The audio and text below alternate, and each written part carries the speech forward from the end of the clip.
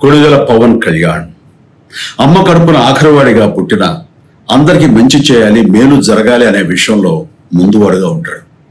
తన గురించి కంటే జనం గురించి ఎక్కువగా ఆలోచించే మనస్తత్వం నా తమ్ముడు కళ్యాణ్ బాబుది. ఎవరైనా అధికారంలోకి వచ్చాక ప్రజలకు ఏదైనా చేయాలనుకుంటారు.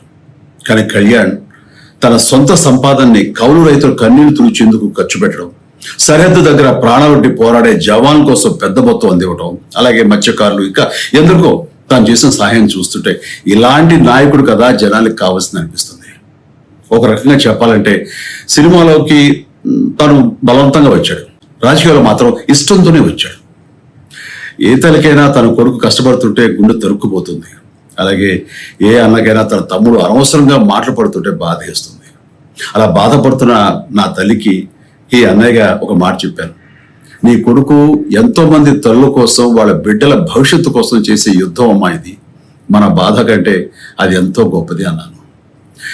అన్యాయాన్ని ఎదిరించకుండా మౌనంగా ఉండే మంచివాళ్ళ వల్లనే ప్రజాస్వామ్యం మరింత నష్టం అని నమ్మి జనం కోసం జన సైనికుడు అయ్యాడు. తాను బలంగా నమ్మిన సిద్ధాంతం కోసం తన జీవితం రాజకీయాల్లోకి అంకితం చేసిన శక్తిశాలి పవన్ కళ్యాణ్.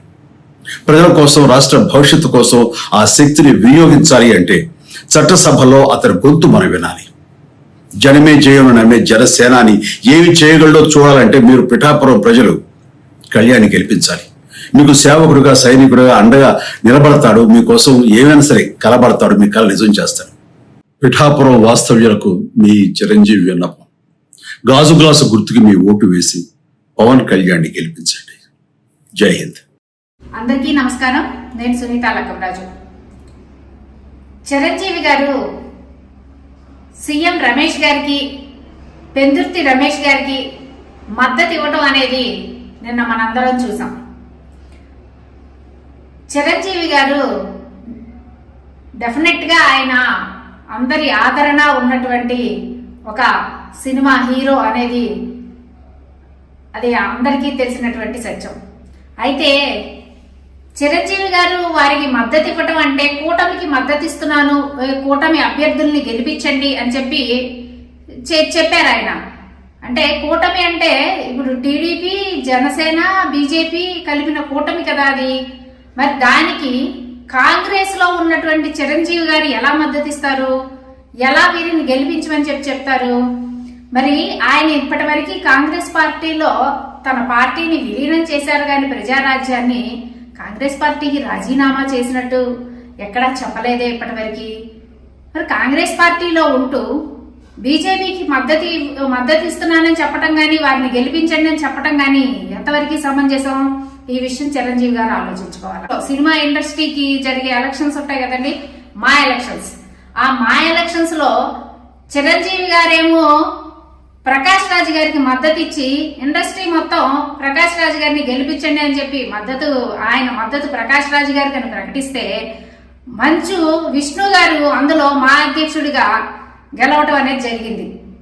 మరి సినిమా ఇండస్ట్రీ పెద్ద అయినటువంటి చిరంజీవి గారి మాట మరి ఇండస్ట్రీలో వాళ్ళందరూ ఆయన ప్రతిపాదించిన అభ్యర్థికి ఎందుకు ఓట్లేసి అధ్యక్షుడిని చేయలేదండి? అంటే చిరంజీవి గారు చెప్పిన మాటల పట్ల విశ్వాసాన్ని ఆయన ఇండస్ట్రీలో ఉన్న వాళ్ళే చూపించలేదు. మరి ఆంధ్ర రాష్ట్ర ప్రజలు ఆయన చెప్పిన వారికి మద్దతు ఇస్తారు అని చెప్పి, ఆయన మద్దతు ఇచ్చిన వారిని ఎన్నుకుంటారు అని చెప్పి ఎలా అనుకుంటారండి?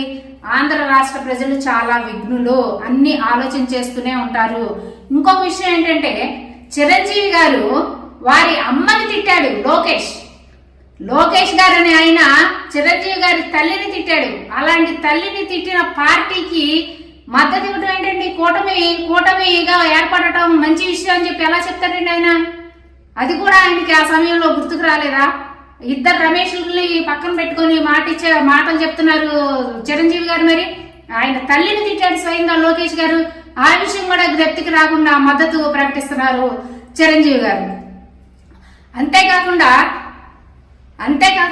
చిరంజీవి గారికి నిజంగా ఆంధ్ర రాష్ట్రం గురించి గాని, ఆంధ్ర రాష్ట్ర ప్రజల పట్ల ప్రేమ గాని ఉన్నట్లయితే ఇంతవరకు ఆయన సినిమా ఇండస్ట్రీని ఆంధ్రప్రదేశ్ కు తీసుకురావటానికి ఆయన ఎందుకు ప్రయత్నం చేయలేదండి? గతంలో సీఎం గారిని మరి జగన్మోహన్ రెడ్డి గారిని కలిసినప్పుడు మరి ఇండస్ట్రీని తీసుకొచ్చి ఆంధ్రాలో పెడితే విశాఖలో ఇవన్నీ చేయొచ్చు అని మాట్లాడినప్పుడు మరి ఆయన ఎందుకు ఆ ప్రయత్నం చేయలేదు? ఆంధ్రప్రదేశ్ కి ఇండస్ట్రీని తీసుకురావడంలో తన యొక్క పాత్రను ఎందుకు పోషించలేదండి? ఇవన్నిటిని చేయకోకుండా ఈ రోజు ఆయన వాళ్ళ తమ్ముడు పవన్ కళ్యాణ్ గారు ఇక్కడ నిలబడ్డాడు కాబట్టి పవన్ కళ్యాణ్ గారి పార్టీకి మద్దతు ఇవ్వటం కోసం, పవన్ కళ్యాణ్ గారిని గెలిపించుకోవటం కోసం ఈ రోజు ఆయన మాటలు మాట్లాడుతూ ఉన్నారు. ఆయన కొనిదల ఫ్యామిలీకే పెద్దన్నయ్యగా ఉన్నాడు గాని ఆంధ్ర రాష్ట్ర ప్రజలకి ఒక మరి ఆ ప్రజలు ఆదరించేటటువంటి ఒక సినీ హీరోగా ఆయన ఏమీ పనులు చేయడం లేదు అనేదానికి ఇది ఒక ప్రత్యక్ష నిదర్శనం. ఇంకొక మాట చెప్తాడు పవన్ కళ్యాణ్ గారు ఎప్పుడు, మా అన్నయ్య నాకు స్కిల్ డెవలప్మెంట్ నేర్పించారని. మరి వాళ్ళ అన్నయ్య ఆయన నేర్పించిన స్కిల్ డెవలప్మెంట్ ఏంటో మాకైతే అర్థం కావట్లేదు. ఆ స్కిల్ డెవలప్మెంట్ అంటే ఆయన ఇప్పుడు ఆంధ్ర రాష్ట్ర ప్రజలందరికీ నేర్పిస్తాడంట. మీ అన్నయ్య గారు మీకు నేర్పించే స్కిల్ డెవలప్మెంట్ ఏంటో మీరు చెప్తే కూడా మంచిదండి పవన్ కళ్యాణ్ గారు. మరి మీరు పోటీ చేసింది భీమవరంలో మీరు ఓడిపోతే భీమవరం నుంచి పోటీ చేయకుండా పిఠాపురం నుంచి ఎందుకు పోటీ చేస్తున్నారండి? ప్రజలందరూ మిమ్మల్ని పిఠాపురంలో పోటీ చేస్తే పిఠాపురం నుంచి బయటికి వెళ్ళగొట్టడానికి పిఠాపురంలో పవన్ కళ్యాణ్ ఠా అని చెప్పి చెప్తున్నారండి. మీరు అక్కడ గెలవటం అనేది అసాధ్యం.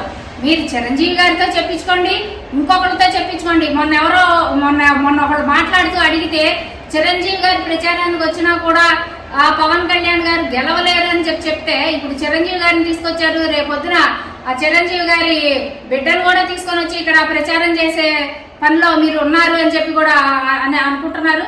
ఏది ఏమైనా సరే ఆంధ్ర రాష్ట్ర ప్రజలు అన్ని గమనిస్తున్నారు.